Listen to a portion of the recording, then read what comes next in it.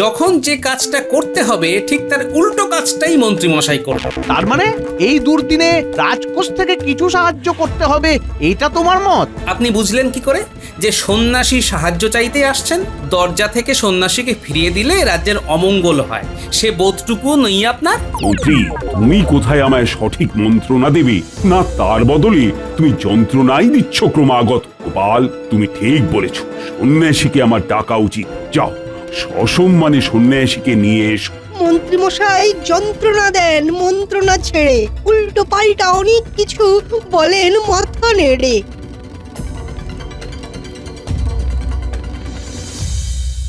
মহারাজের জয় হোক।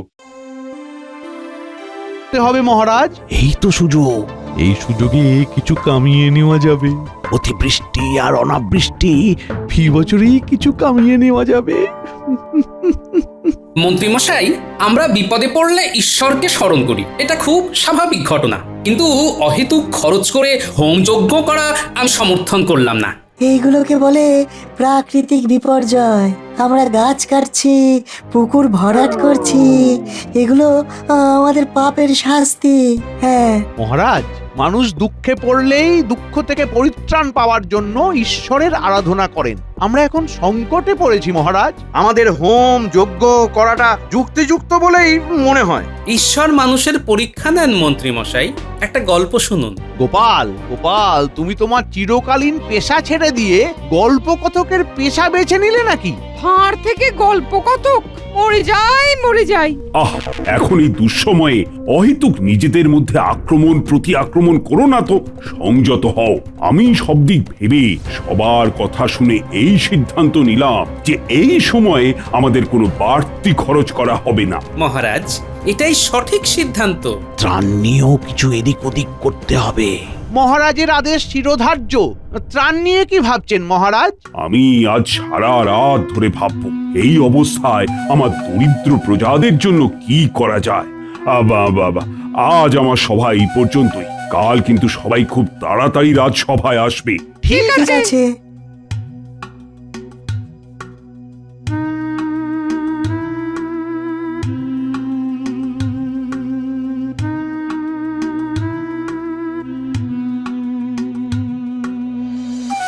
গোপাল, তুমি পণ্ডিত মশাই আর মন্ত্রী মশাইয়ের চক্ষুশূল হলে।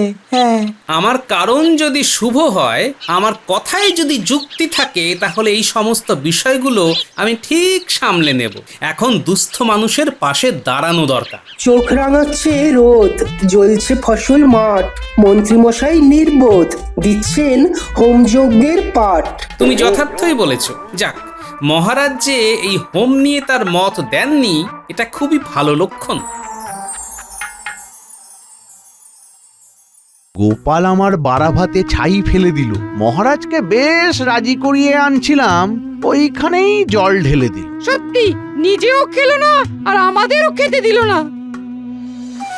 ওই দেখো পণ্ডিত, 3 মক্কেল আসছে, দেখলে গা জ্বলে যায়। কি মন্ত্রী মশাই, কি ভাবছেন? কি আর ভাববো বলো, যিনি ভাববার তিনি ভাবছেন। তাহলে এক কাজ করুন মন্ত্রী মশাই, আপনি আর পণ্ডিত মশাই মিলে হোমযজ্ঞের আয়োজন করুন। ভালোবাসা থাকলে একটু তো দেশের দশের জন্য খরচ করা যায়।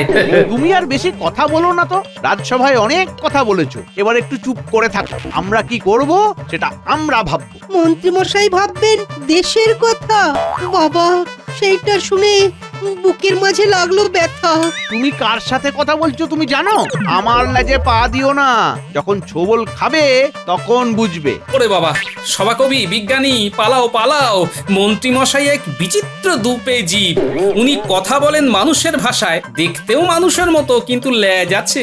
পান থেকে চুন খসলে, মানে ওই লেজে পা পড়লে ফোঁস করে ছোবল। আর ছোবল দিলেই শেষ। তখন রাজবৈদ্য আমাদের শ্মশান যাত্রা আটকাতে পারবে না। চলো ভাই, চলে যাই, এইখানে আর না। ছোবল মারবেন মন্ত্রীমশাই, লেজে পড়লেই পা।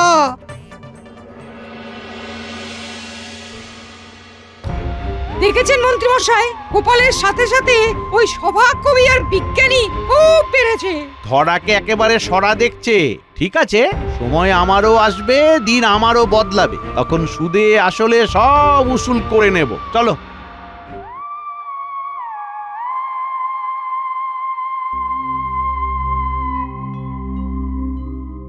খা বাবারা খা, পেট ভরে খা। যতক্ষণ ঘরে চাল ডাল মজুদ আছে ততক্ষণ আমি তোদের খাওয়াতে পারবো। হ্যাঁ, তারপর আমি আর জানি না রে। মাঠ পুরো ফাঁকা হয়ে গেছে গো দিদা, বৃষ্টি না হলে উপায় নেই। বাবা মা সবাই কিরকম চুপ হয়ে গেছে। কাঁদিস নি ন্যাপলা, কাল মহারাজ কিছু সাহায্য করবে, আবার সব ঠিক হয়ে যাবে, কোনো চিন্তা করিস না। তোরা এখন মন দিয়ে খা, লাগলে বলিস আবার দেবো, কিন্তু পেট ভরে খেতে হবে। হ্যাঁ, আরে খেয়ে দে, মুখ হাত ধুয়ে এখানে সবাই শুয়ে পড়বি। বাড়িতে এত রাতে গিয়ে আর লাভ নেই, ঠিক আছে? ঠিক আছে।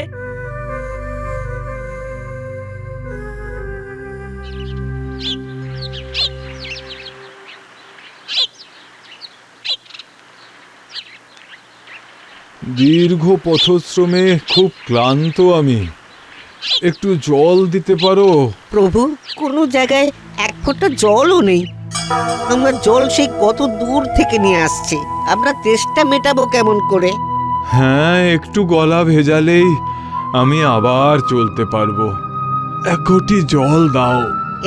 এই নিন প্রভু, এই নিন।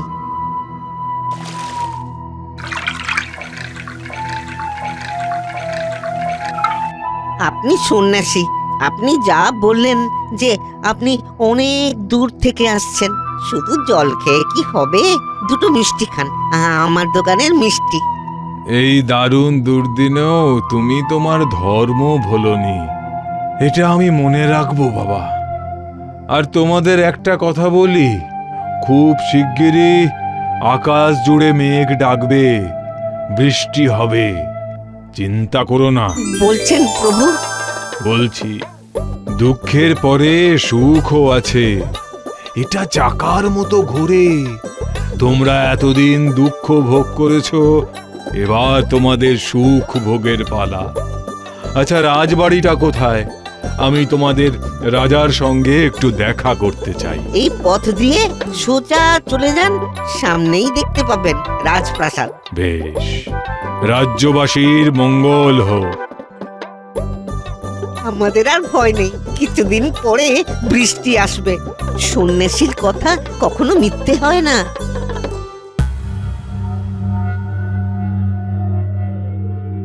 আজ সভা শেষ হওয়ার পর আমার প্রজাদের, মানে দরিদ্র প্রজাদের হাতে কিছু অর্থ আমি দেব। পয়সার কথা শুনলেই মনটা কেমন কেমন করে ওঠে। আমি তো মন্ত্রী, আমার হাত দিয়েই পয়সা বিতরণ হবে নিশ্চয়ই। তাহলে এখান থেকে কিছু কিছু মোহর সরানো যেতে পারে। কি হলো মন্ত্রী, তুমি আবার ভাব জগতে চলে গেলে কেন? আহা, বেশি না ভেবে যেটা করা উচিত সেটাই এক্ষুনি করো না। আগে কি করব সেটা তো বলে দিন। ঘেরা পেটাও, সারা রাজ্যে জানিয়ে দাও আজ বিকেল থেকে কাল বিকেল পর্যন্ত আমি রানীমার হাত দিয়ে আমার রাজ্যের সব দরিদ্র মানুষের হাতে কিছু মোহর এবং কিছু খাদ্যবস্তু দেব। যাও যাও যাও, এখনই প্রচার করতে শুরু করো। কি হয়েছে প্রহরী, কোনো খবর আছে? মহারাজ, এক সন্ন্যাসী রাজসভাতে আসতে চান আপনার সঙ্গে দেখা করতে। ওই শুরু হলো, এই সব সন্ন্যাসীদের খেয়ে দে কাজ নেই, এই অবস্থাতেও ওনাদের সাহায্য করতে হবে। প্রহরী, ওই সন্ন্যাসীকে বিদায় করো, বলো মহারাজ এখন খুব ব্যস্ত। যখন যে কাজটা করতে হবে ঠিক তার উল্টো কাজটাই মন্ত্রী মশাই করবে। তার মানে এই দুর্দিনে রাজকোষ থেকে কিছু সাহায্য করতে হবে, এইটা তোমার মত? আপনি বুঝলেন কি করে যে সন্ন্যাসী সাহায্য চাইতে আসছেন? দরজা থেকে সন্ন্যাসীকে ফিরিয়ে দিলে রাজ্যের অমঙ্গল হয়, সে বোধটুকু নেই আপনার? মন্ত্রী, তুমি কোথায় আমায় সঠিক মন্ত্রণা দেবে, না তার বদলে তুমি যন্ত্রণাই দিচ্ছ ক্রমাগত। গোপাল, তুমি ঠিক বলেছ, সন্ন্যাসীকে আমার ডাকা উচিত। যাও, সসম্মানে সন্ন্যাসীকে নিয়ে এসো। মন্ত্রী মশাই যন্ত্রণা দেন মন্ত্রণা ছেড়ে, উল্টো পাল্টা অনেক কিছু বলেন মাথা নেড়ে।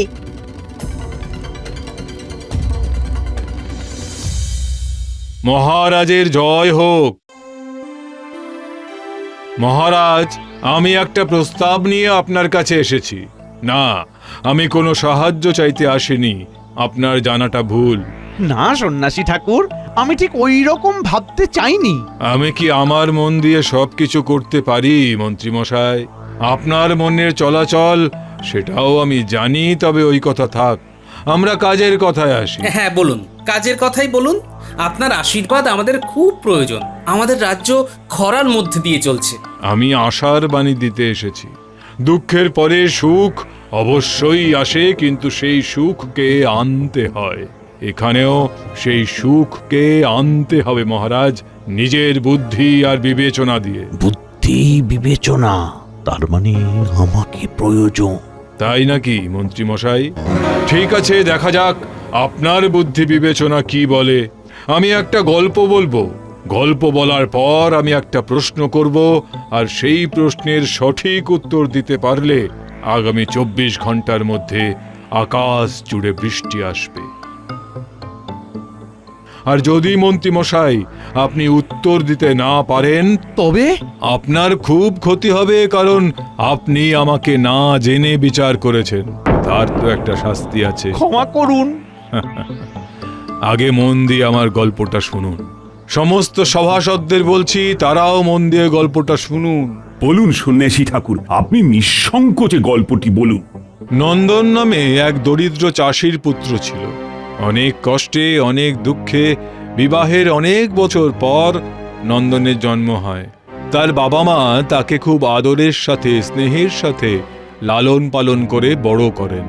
এমনিভাবে দিন কাটে। শুনুন শুনুন শুনুন, মহারাজ সমস্ত দরিদ্র প্রজাদের কাছে এই বার্তা দিতে চলেছেন যে আজ বিকেল থেকে কাল বিকেল পর্যন্ত দরিদ্র অসহায় মানুষদের অন্ন এবং অর্থ প্রদান করা হবে। শুনুন শুনুন শুনুন। মহারাজের জয় হোক। ঠিক সময় এই সাহায্য। মহারাজ, আপনি দীর্ঘজীবী হন।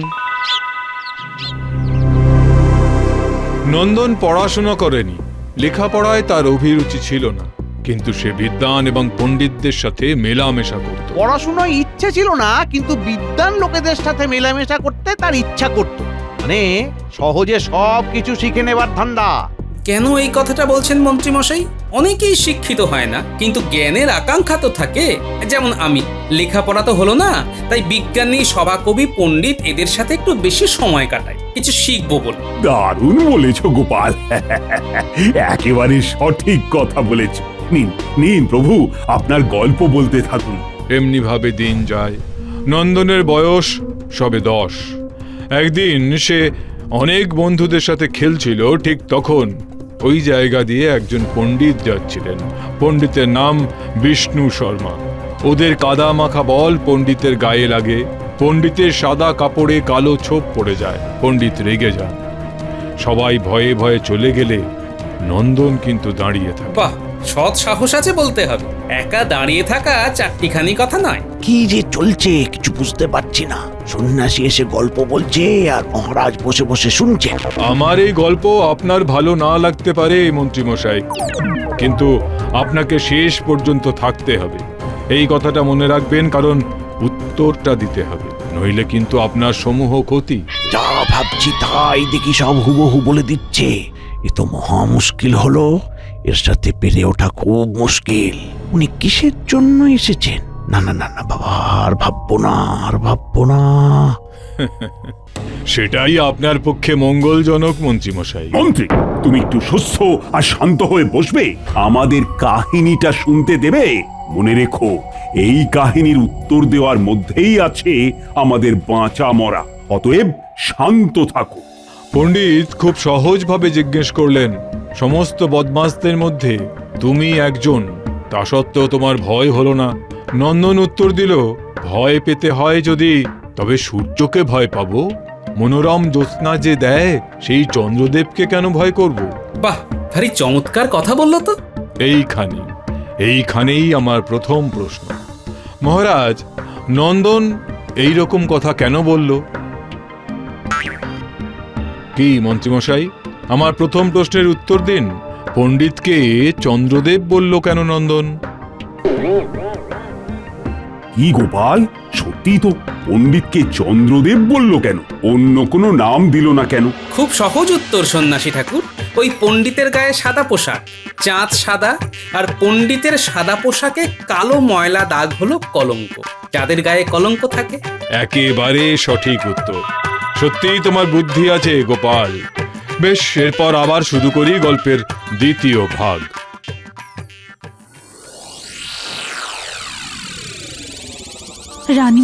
রানীমা খবর এসেছে বৃষ্টির অভাবে আমাদের গ্রামের সবাই খুব খারাপ অবস্থায় আছে। রানীমা, কিছু একটা না করলেই নয়। আমি মহারাজের সাথে কথা বলছি, দেখছি কিভাবে এই অবস্থার মোকাবিলা করা যায়। শুনেছি রাজসভায় কোনো এক সন্ন্যাসী এসেছেন, তিনি কি কিছু বিধান দিলেন? উনি বলেছেন যে তার প্রশ্নের উত্তর দিতে পারলেই 24 ঘন্টার মধ্যে আকাশ কালো করে মেঘ জমে বৃষ্টি পড়বে। গোপাল দাদা প্রথম প্রশ্নের উত্তর দিয়ে দিয়েছে। বাহ, এখানেও আমাদের গোপাল। তুমি চিন্তা করো না, মহারাজ নিশ্চয়ই কিছু একটা ভাববেন। তুমি কি রাজসভার খবর নিয়ে এসো। যথা আজ্ঞা রানীমা। এরপর নন্দন ওই পণ্ডিতের কাছে তার শিষ্যত্ব গ্রহণ করে। দিন কাটতে থাকে আর নন্দনের পাণ্ডিত্যের খবর সারা দেশে ছড়িয়ে পড়ে। একদিন সে দেশের রাজা নন্দনকে ডাকেন তার সাথে শাস্ত্র আলোচনার জন্য, এবং সেখানেও নন্দন জয়ী হয়। আর পারা যাচ্ছে না, ভয়ঙ্কর কষ্ট হচ্ছে। কি গুমোট! আমার গল্প শেষের দিকে মহারাজ, আর প্রশ্নের উত্তর দিতে পারলেই 24 ঘন্টার মধ্যে বৃষ্টি আসবে। আপনি কি দেখে বলছেন আমি জানি না, কিন্তু আমি বলছি যে এখন যা অবস্থা তাতে বৃষ্টির যোগ নেই। বৃষ্টি আসবেই। আপনি কি দৈব দিয়ে বৃষ্টি নামাবেন? সেটা দেখাই যাক না। আমরা তো এতক্ষণ অপেক্ষা করলাম, আর একটু অপেক্ষা করি, গল্পটা শুনি। আচ্ছা, আমরা আমাদের গল্পের শেষটা শুনে নিই। সেই দেশের রাজা নন্দনকে নিজের রাজসভাতে স্থান দিলেন এবং তার মেয়ের সাথে নন্দনের বিবাহ দেবেন বলে মনস্থ করলেন। বাহ বাহ বাবা, তার মানে মধুরেণ্য সমাপয়েত? না মন্ত্রী মশাই, এখনো মধুরেণ্য সমাপয়েত হয়নি, এখনো বাকি আছে। ঠিক, নন্দন তার বাবা মাকে নিয়ে এলো। নন্দনকে দেখতে এলো তার গুরু বিষ্ণু শর্মা।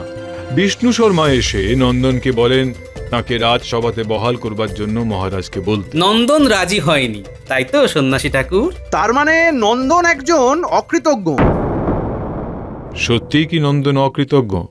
ভালো করে ভেবে চিন্তে উত্তর দেবেন, কিন্তু আপনারা উত্তর দেবেন আর ঝমঝম করে বৃষ্টি আসবে। নন্দন কি উত্তর দিয়েছে সেটা যদি জানা যেত। নন্দন তার গুরুদেবকে বলেছে রাজসভাতে কাজ পেতে বিশেষ যোগ্যতা লাগে, তাই পরীক্ষা দেওয়াটা আবশ্যিক। এই কথা শুনে অবশ্য তার গুরু খুব রেগে যান। রানীমা, সন্ন্যাসী ঠাকুরের গল্প শেষ, এবার প্রশ্নের উত্তর দিতে হবে। এদিকে আকাশ দেখো, আকাশের পশ্চিম দিক কালো হয়ে উঠেছে, বৃষ্টি আসছে। মহারাজ, আপনি কি বলেন? আপনার উত্তর তো পাওয়া গেল না। আমার উত্তর গোপাল দেবে। গোপাল, তুমি যুক্তি দিয়ে, তোমার বুদ্ধি দিয়ে বিচার করে বলো। মহারাজ, নন্দন মোটেই অকৃতজ্ঞ নয়, বরং ও ভীষণ রকম কৃতজ্ঞ। ও নিজের মা বাবাকে তার সুসময়ে মনে রেখেছে। যদি ও অকৃতজ্ঞ হতো তাহলে তার মা বাবাকে ডেকে নিজের কাছে রাখতো। কিন্তু তার গুরুর সাথে যা ব্যবহার করলো তাকে কি কৃতজ্ঞতা বলে? গোপালও তো ওই রকম ঘটনাই ঘটাতো। গোপালের ভেতরেও ওই অকৃতজ্ঞতার বীজটাই আছে। গোপাল একদম সঠিক উত্তর দিয়েছে। গোপাল, তুমি তোমার উত্তরের ব্যাখ্যা দাও। গোপাল, তোমার উত্তরের জন্য আছি বসে, চাদরখানা পেটের উপর বেঁধে কষে। বলো বলো, যে তোমাকে যাই বলুক আমি জানি তুমি যুক্তি দিয়ে বুদ্ধি দিয়ে ঠিকটাই বলবে। মহারাজ, সন্ন্যাসী ঠাকুরের কথা অনুযায়ী আমাকে বুঝিয়ে বলতে হবে যে নন্দন কেন অকৃতজ্ঞ নয়। প্রথম কথা তো আমি আগেই বলেছি, বাবা মায়ের কথা। তারপর আসি তার গুরুর প্রতি তার এই রকম মুক্তি করার কারণ। কি কারণ? মহারাজ, আপনিই বুঝবেন, কারণ আপনিও একজন মহারাজ। নন্দন জানে তার গুরুদেব কতটুকু জানে, কিন্তু মহারাজ জানে না যে তার গুরুদেব সত্যি অনেক কিছু জানে। যদি গুরুদেবকে পক্ষপাত করে রাজসভাতে নিযুক্ত করত তাতে ঝুঁকি ছিল। কিসের ঝুঁকি? নন্দনের গুরু যদি তার কাজ দিয়ে মহারাজকে খুশি না করতে পারত, সেখানে নন্দনের প্রতি মহারাজের বিশ্বাস কমে যেত। সেটা হতো নন্দনের মহারাজের প্রতি অকৃতজ্ঞতা। সাধু সাধু সাধু গোপাল সাধু, অসাধারণ অসাধারণ তোমার পর্যবেক্ষণ। হ্যাঁ, এবারের মতো না হয় গোপালের বুদ্ধিমত্তায় সন্তুষ্ট হয়ে আমি দৈব বলে বৃষ্টি দান করলাম, কিন্তু বারবার তো সেটা সম্ভব নয়। প্রকৃতি রক্ষার দায়িত্ব তোমাদের সকলকেই নিতে হবে। ওই শুনুন মহারাজ, বজ্রপাতের আওয়াজ। এবার তাহলে একটু বৃষ্টিতে ভেজা যাক। চলো চলো, তাহলে আমরা সবাই এই বৃষ্টিতে গা ভেজাই।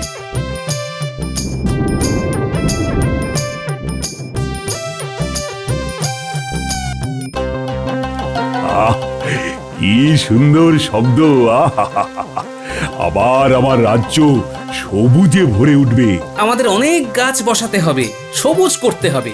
গাছ যদি কমে যায় তাহলে প্রকৃতির রোষে পড়ে যেতে হবে। ঠিক বলেছ, গাছ লাগাতে হবে, সেচ কাটতে হবে, তবেই তো আমরা অনাবৃষ্টি থেকে বাঁচতে পারবো।